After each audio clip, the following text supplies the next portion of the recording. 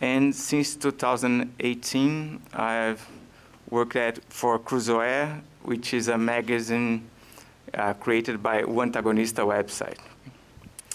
So let's talk about Mais Médicos, more physicians. During this period of 2013 to 2018, we had 16,000 participants, and half were Cubans, right? Let's call it the first phase of Mais Médicos. It was when Cuba had a participation on it.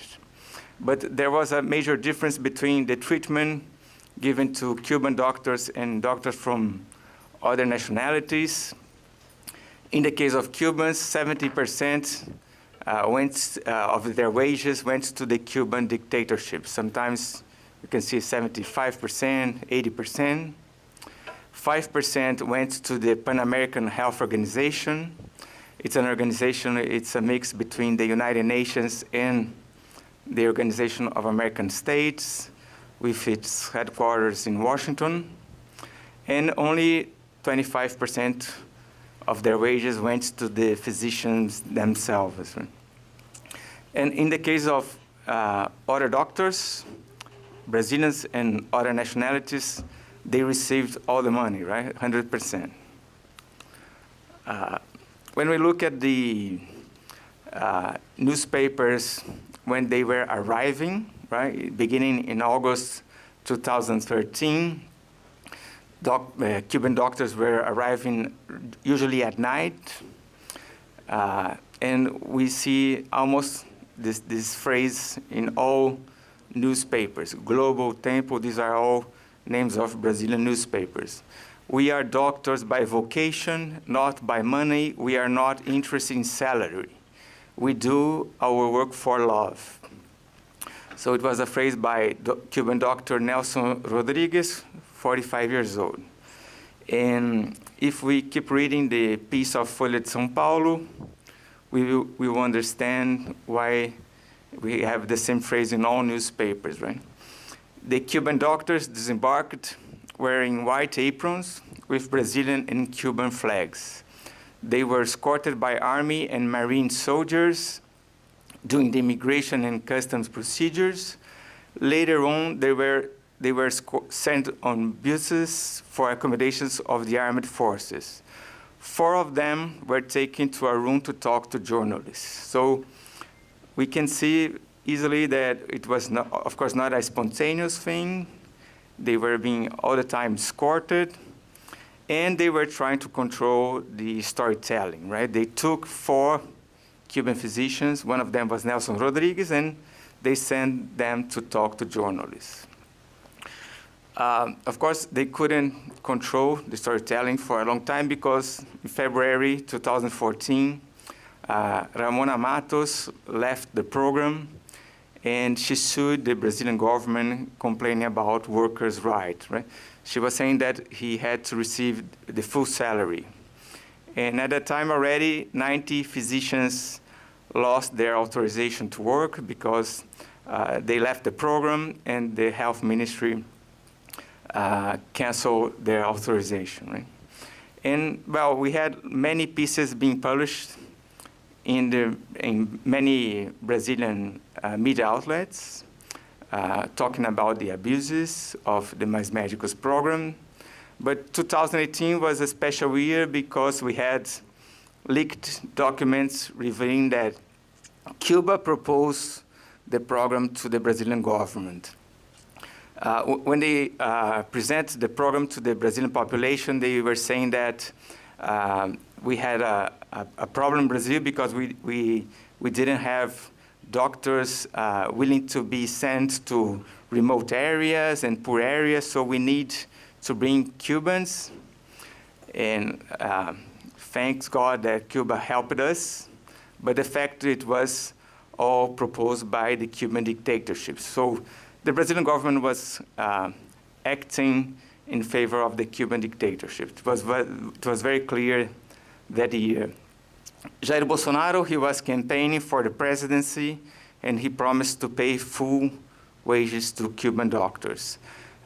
What happened then is that Cuba withdrew Mais Médicos even before Bolsonaro won the election. So it was not interesting for the Cuban dictatorship anymore, right?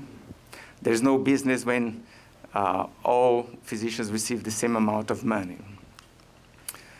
2018, it was very easy to interview the Cuban doctors. I've interviewed many of them. I lost my count. But one of them was Alioski Ramirez. And I've interviewed him, and I asked him who was the PAHO representative. He worked in Goiânia, state of Goiás.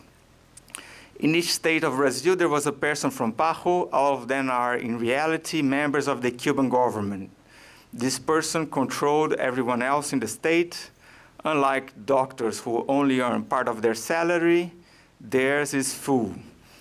And I asked how did this person threaten him. And he said, any Cuban knows those who suffer the most are the families who live on the island. This PAHO person also said that she would take away my medical degree. If I went back to Cuba, I could only work cutting sugarcane or cleaning roads. So it was very striking, this kind of speech, right? Well, as I had interviewed lots of Cuban doctors, then I started to focus on some specific subjects, and one of them was the political interference in Brazil, right? They were clearly campaigning for Dilma Rousseff, and this piece I published in January 2019. I have two testimonies, one of Tatiana Carbajo Gomez, the PAHO coordinator and the G2 agents told us to speak well of the Partido dos Trabalhadores, the Workers' Party, which is the party of Lula, right? We also had to say that if Dilma Rousseff were defeated in the elections, she was trying the re-election, and had to leave the presidency, we would have to go with her. So, of course, when we talk with a physician, we gave a lot of authority to them, right? And when they say something, you tend to believe on them. And Ramona Matos told me I had to speak well of Dilma. We were all instructed to promote the PT, but it was necessary to do so discreetly. If we spoke openly, it could be considered meddling in other countries' affairs.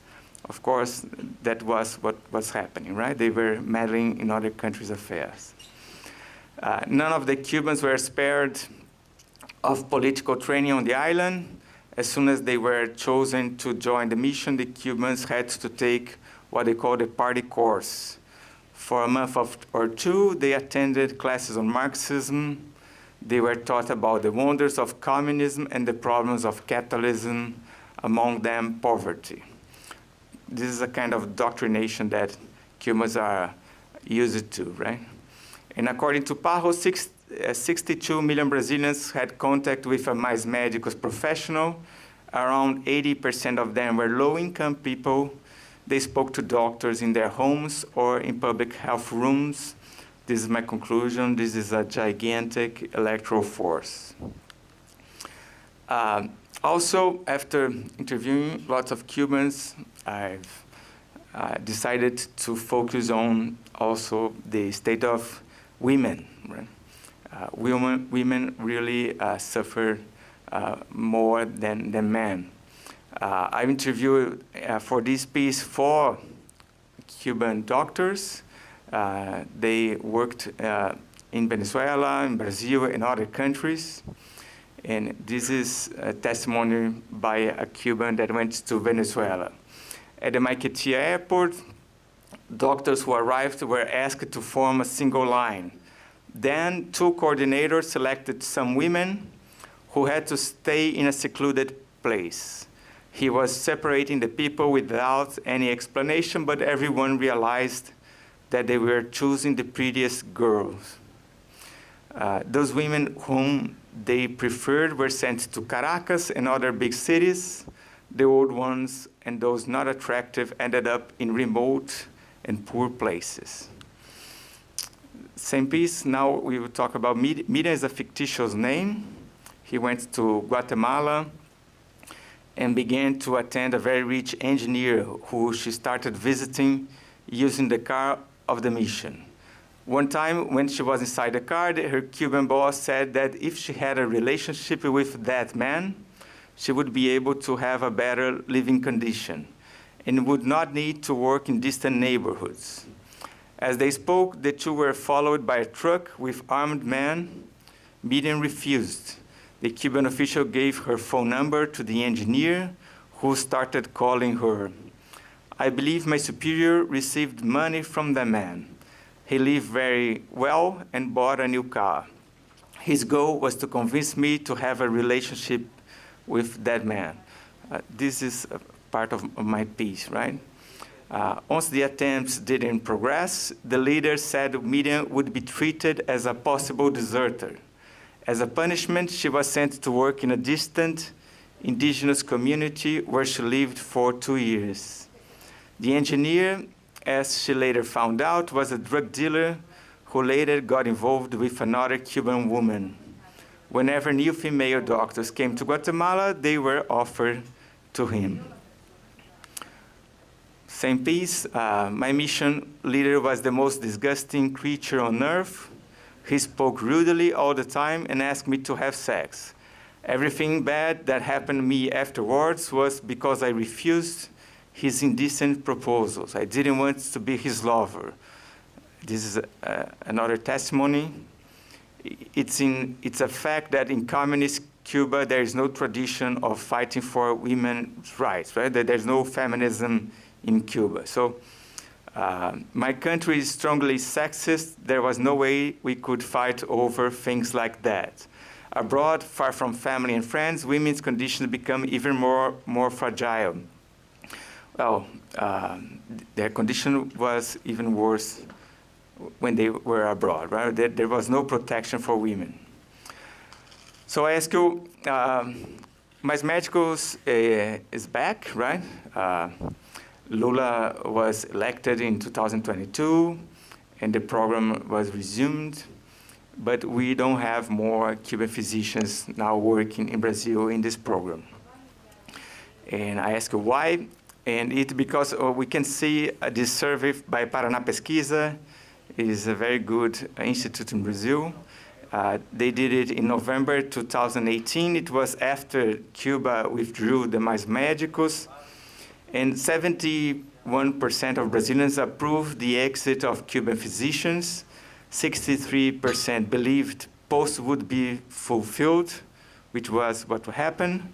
And 54% blamed the Cuban dictatorship for the exit of Cubans. That's because many media outlets were saying that we're trying to blame Bolsonaro for the exit of Cubans, and most of Brazilians didn't believe it. So let me talk what happened with Mais Médicos. So after Cuba withdrew the program from during the Jair Bolsonaro government, it changed the name for Médicos pelo Brasil. It was open to Brazilians and other nationalities, and there was no shortage of physicians. We were able to find people willing to go to remote and poor places. And since Lula was started to govern in January, in March, there was